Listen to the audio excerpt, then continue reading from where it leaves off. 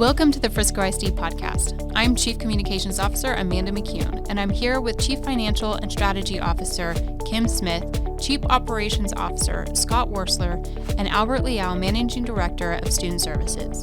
Today, we're diving into a program that has been generating a lot of discussion around our community, the Access Frisco program. Together, we are going to break down the details of Access Frisco, answer your questions, and provide insight into how this program fits into our district's long-term vision for growth and excellence. Whether you're a current FISD family, a prospective parent, or a community member, this conversation is for you.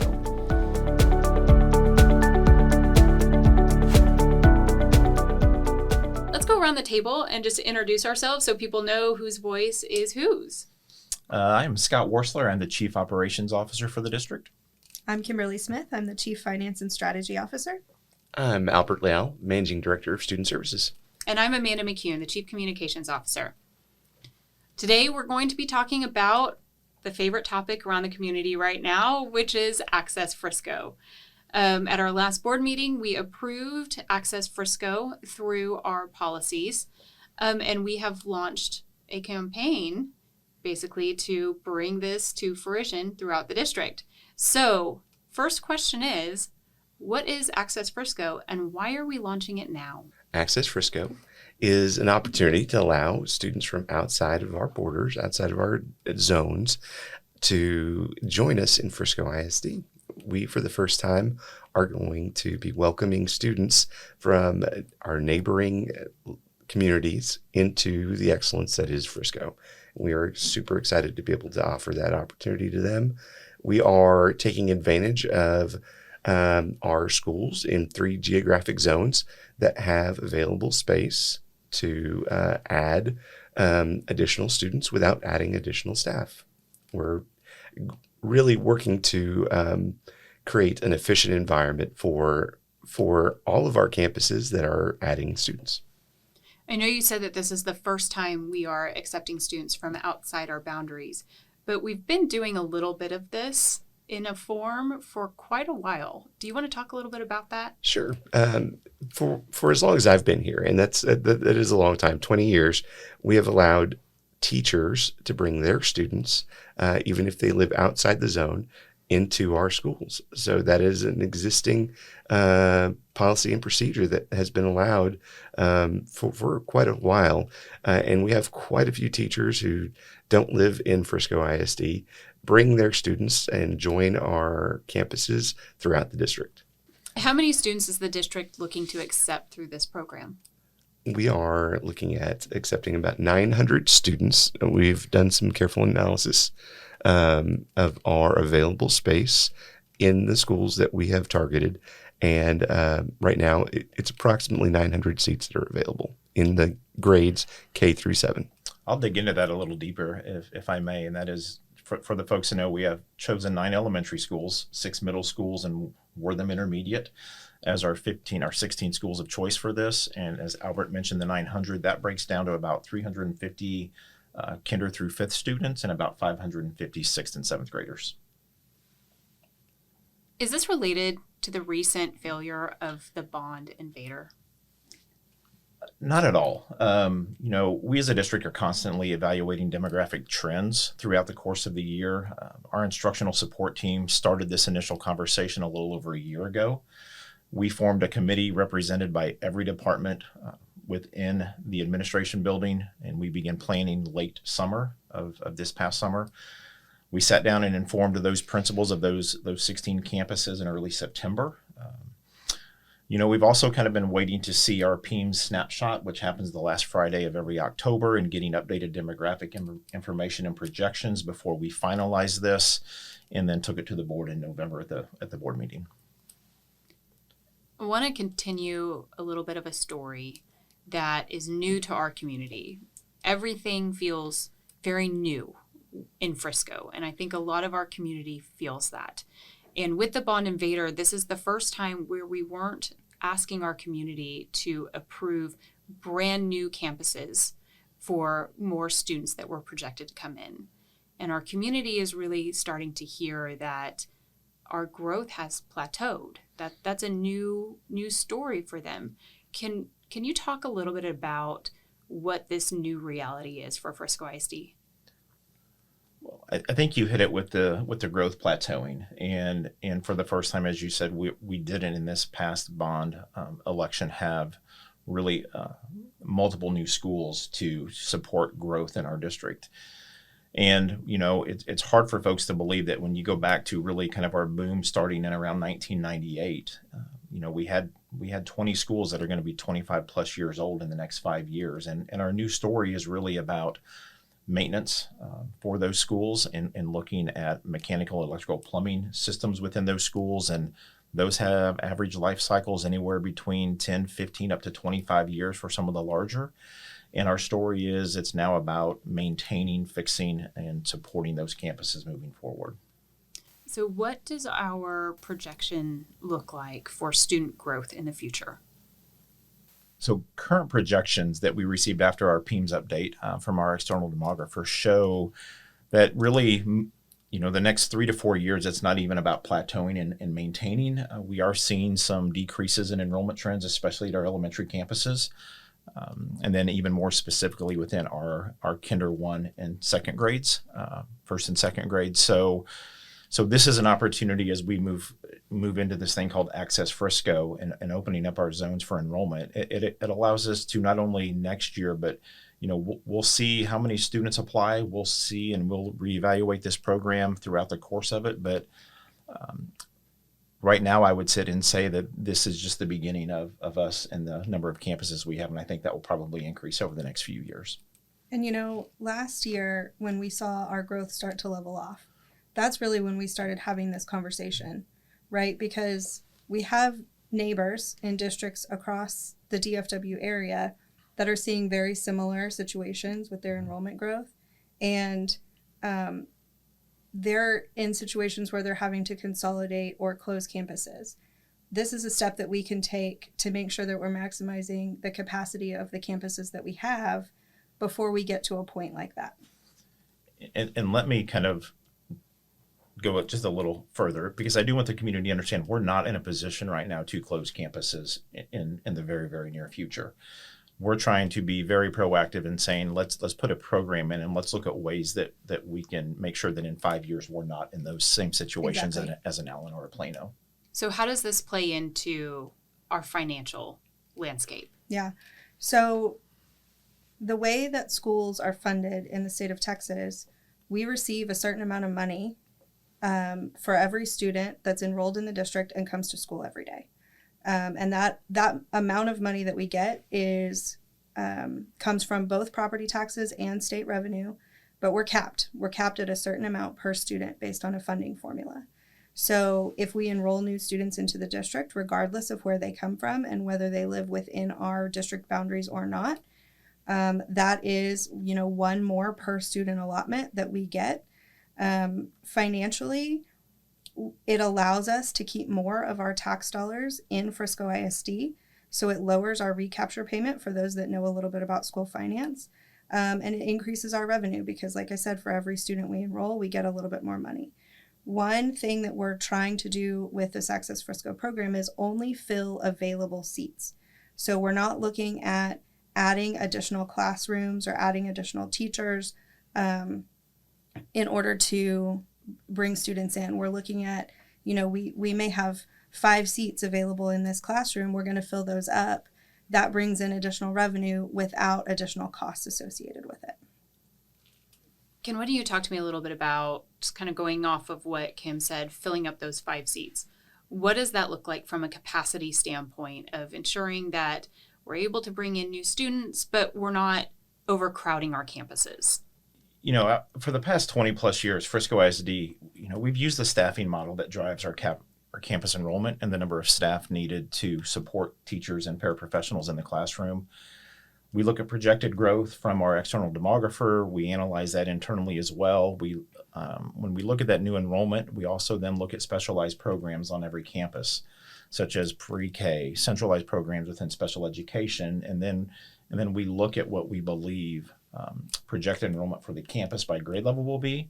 We then look with HR at the number of FTEs, our teachers that are required to support those classrooms. And what we're doing now is we're saying, our projections show that we have space without hiring additional teachers to fill up to that current staffing model and the staffing model we've used for years. And I think just to add a little bit to that, the staffing model is very nuanced, right? You look at the number of students that you have enrolled in, say, a kindergarten classroom, and you know what your standard staffing ratio is, but you're only going to get to the standard staffing ratio if you have the exact right number of kindergartners enroll. Otherwise, in order to maintain those ideal ratios, you may have some classes that are a little bit less. So, for example, if we staff a kindergarten or first grade classroom at 20-1, the numbers for that particular campus may work out in a way where their average class size is actually 14 or 15 and not 20. And that's where you get, we may have a couple of seats available in that classroom. It just, the math doesn't always work out perfectly because you have to consider the number of students that are actually enrolling in that campus. I will add on one aspect of that. That is a very careful process that is undergone every single year. In addition to that, we're also taking into account our internal transfers as well as new staff transfers before we ever allocate any space for out-of-district transfers. So that is an additional level of internal priority that we are giving to our FISD community.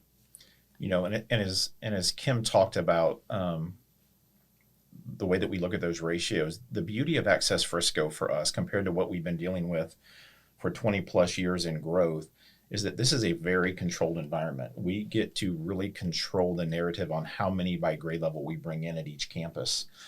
So I think that also helps us ensure that we're not going to overcrowd individual grade levels or campuses in general. As we worked with Human Resources and one of our subcommittees of our group that's been looking at this, we've left buffers at both the elementary level, 1 to 2 students per grade level per class section. That varies a little bit based on what we've seen in growth trends over the last few years with each individual campuses.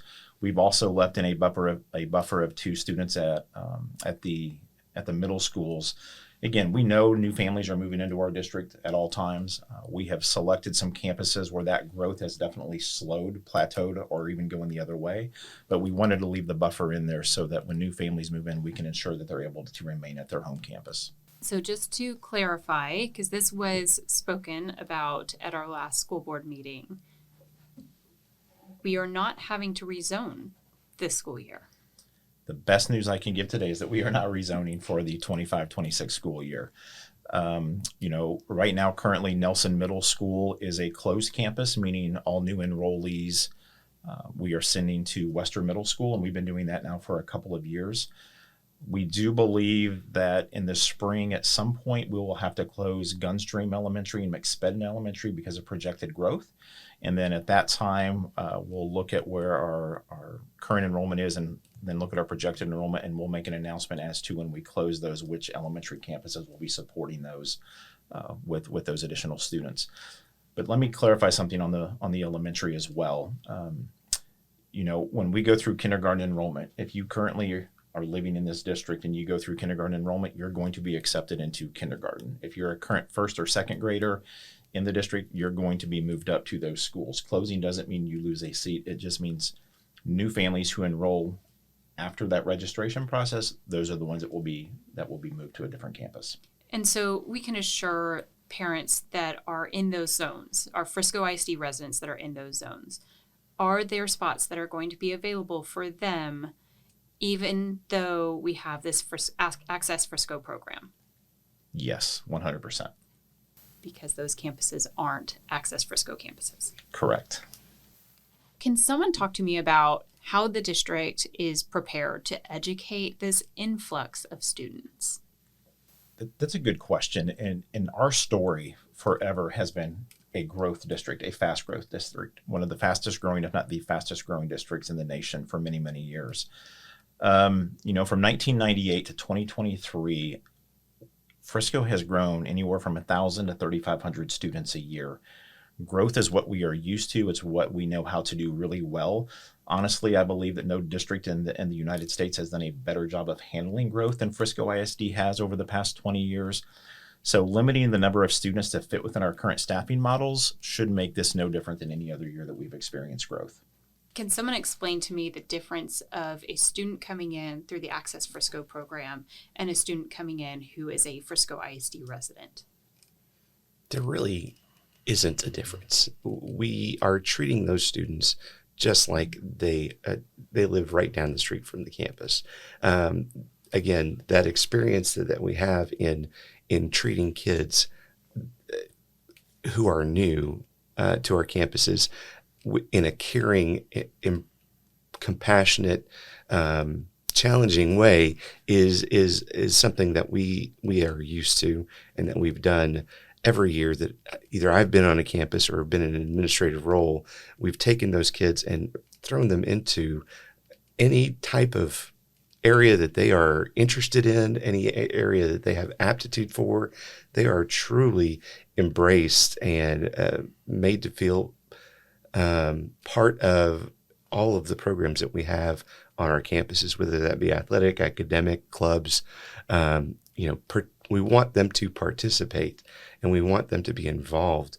That has been the case for a long time. And we are proud of that fact that we are able to embrace those new students that show up at our campuses and then make them feel like they are part of the family. How do you respond to parents who are complaining that their campus is already full and this will add more people to an overcrowded campus and cause even more traffic issues both inside and outside the school? So I think there's an easy answer to that, and then I'm going to dig in a little bit deeper. And the easy answer is we've chosen campuses that are not full. One of the things that we look at is what we call functional capacity. And that means when we look at the total programming of any given campus, because it varies from campus to campus, that functional capacity allows us to know kind of a maximum number of total students that we can look at in any given year for that campus. So this process, when we look at Access Frisco and bringing in students, the way we've always done, we're not going to allow a campus to become overcrowded because we're choosing campuses that aren't currently overcrowded. They have capacity. I'm going to get into the details a little bit of this to help our audience understand this a little bit better, but our elementary schools have a functional capacity somewhere between 7 to 800 students, depending on programming. The elementary campuses that we have chosen for Access Frisco have a projected enrollment next year between 400 and 600 students. Our middle schools have a functional capacity between 900 and 1,000 students.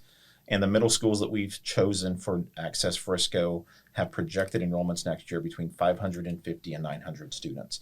So what that tells us is we're able to add students, again, to those campuses without increasing teacher allocations, and we feel very confident. And when we talk about this being a controlled environment, we really get to pick and choose through the process, the application process of where students are able to go.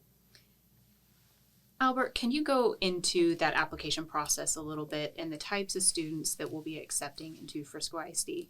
Absolutely. It is really a thorough process. What we have is an initial application in which our families from outside the district will apply through an initial application. After completing that initial application, they're entered into a lottery once that initial application period closes. That lottery will determine an assignment of a seat at a specific campus, and then that family is then asked to submit additional information and documentation through our normal enrollment process, in which we are provided the ability to ask their current campus for information about that student. That information will range from academic to discipline to attendance to any special programs that student is involved in, that we can then evaluate to ensure that we have space, that we are evaluating if we have discipline issues or academic concerns, attendance concerns with that student. At any point in that process, if a student does not meet the standard that we have set, then they are not accepted to the program. We really have set a bar that we will stick to in order to ensure that we are accepting really high caliber students who are ready to take advantage of an opportunity that we are providing them. What about the revocation process? Sure. If any student within the course of the year after they've been accepted into the program has issues with any of those factors that I mentioned, then they will be provided with a warning. We'll take the normal steps that we would with any other student. We're going to embrace and work through those challenging situations. But if they continue to become an issue, then we will move forward with revocation of their transfer, and they will be asked to attend their home campus once again. Another concern that we've heard quite a bit about, particularly on social media, is potentially overloading our teachers with these additional students that would be coming in. Can someone speak a little bit to that concern for our parents and even staff who's concerned about it? What I would say there is at a high level, again, from the beginning of our work as a committee and looking at Access Frisco, teaching and learning, counseling services, our specialized learning department have had representatives at the table. So they've been a part of the conversations of the program planning from the very beginning.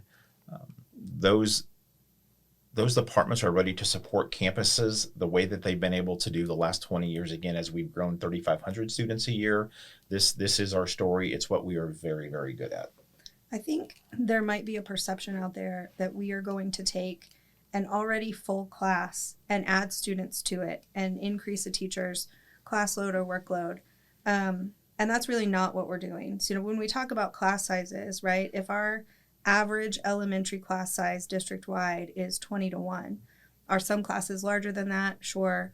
Are some classes smaller than that? Absolutely. We're looking at the classes that are smaller than that, and potentially adding a few students to that class to get closer to the district-wide average. So we wouldn't be asking teachers to take on any more of a load than the average around the district. Is that fair to say? That is a great point, Kim. And I think for parents to understand, like if it's your school that you're a part of and have been a part of that is now an Access Frisco school, when we say that school has availability for students, first grade, third grade, and fourth grade may have availability. Kinder, second, and fifth may not have availability based on projected numbers and what our allocations currently are. So just because your school is accepted doesn't mean every grade level within that school is going to take on additional students.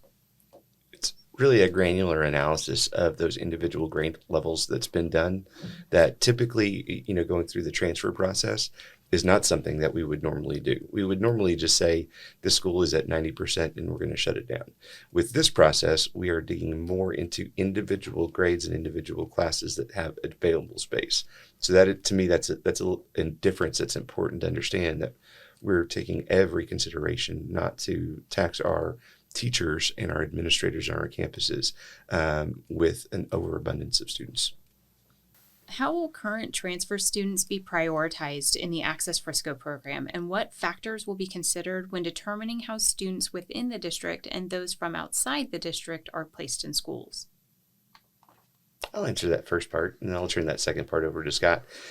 Our internal transfers and employee transfers, their window is going to open 7 days prior to the Access Frisco window opening up.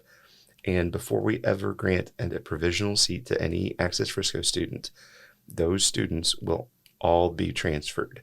All those processes will take place, and we will finish those and then gain numbers from those schools where those students end up before we ever push the button on the lottery for our Access Frisco schools. And really, once we hit that lottery button, it then comes down to capacity. What remaining capacity is left in any given grade level at the elementary level for those schools and at the middle schools. And then capacity will determine how many students we're able to bring in from the outside after we place our current transfers and student teacher kiddos. School choice is a term that has been thrown out by a couple of our community members. How is what we're doing with Access Frisco similar or not similar to what school choice is? So I would say we've always had school choice in Frisco, as most districts do, through our transfer policy. So for decades, students within Frisco ISD could choose to go to a different campus as long as that campus was below capacity, at least at the elementary and middle school levels. Employees who live outside of the district's boundaries could bring their students into Frisco ISD schools. So we've always had some form of school choice in that way. And Access Frisco is really just expanding that school choice to students who live outside of the district's boundaries, just in a more limited capacity than what we have for our internal students. So for a little perspective on that, for the current school year, 24-25, we have approved between staff students and internal transfers, students who live within our Frisco ISD boundary but are changing schools from their home zone. We've approved a little over 3,500 students this year to go to a school that they're not zoned for. And that's really the norm and has been the norm for many, many years here. Before we wrap up, I want to talk about the financial component to Access Frisco. How is it that bringing additional students in from outside of Frisco ISD boundaries is something that is financially prudent? So, we've talked about we're only filling up available seats. So we're not looking at adding sections of classes. We're not looking at expanding the capacity of our campuses. So we're not really looking at bringing new students in with having to add additional costs, like hiring new teachers and things like that.